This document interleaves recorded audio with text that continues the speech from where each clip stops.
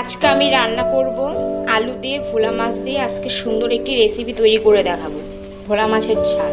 তাই ভোলা মাছগুলো ধুয়ে নিলাম ভালো করে, এবার নুন হলুদ মেখে নেব। মাছগুলো নুন হলুদ দিয়ে মাখা হয়ে গেছে, এবার ভেজে নেব। কড়াইয়ে তেল গরম হয়ে গেছে, এবার মাছগুলো ছেড়ে দেবো এক এক করে।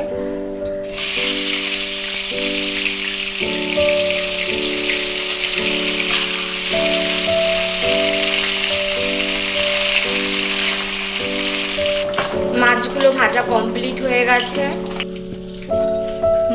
সমস্ত মাছ ভাজা কমপ্লিট হয়ে গেছে। এখানে আছে কেটে রাখা আলুগুলো ভেজে নেব। এখানে আছে মশলায় দিয়েছি, ফোড়নে দিয়ে দিচ্ছি তেজপাতা, শুকনো লঙ্কা আর গোটা কয়েক জিরে। আর মশলায় আছে আদা, জিরে, শুকনো লঙ্কা, টমেটো আর পেঁয়াজ, সব কিছু পেস্ট করা। মশলাটা দিয়ে দেওয়ার পর মশলাটা একটুখানি কষানোর পরে আলুগুলো, ভেজে রাখা আলুগুলো দিয়ে দিয়েছি। আর এখান দিয়ে রান্না করেছি, সাথে বেগুন ভাজা করেছি।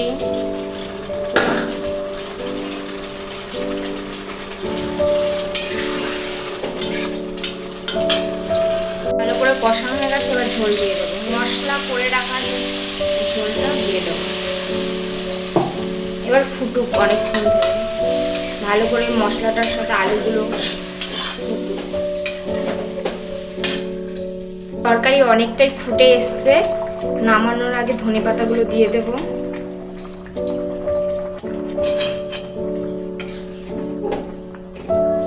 ভেজে রাখা মাছগুলো ঢেলে দেব।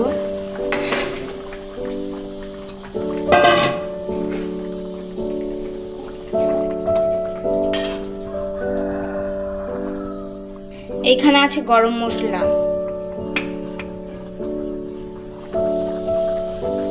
কমপ্লিট হয়ে গেছে লাল লাল ঝাল ঝাল আলু দিয়ে ভোলা মাছের ঝাল।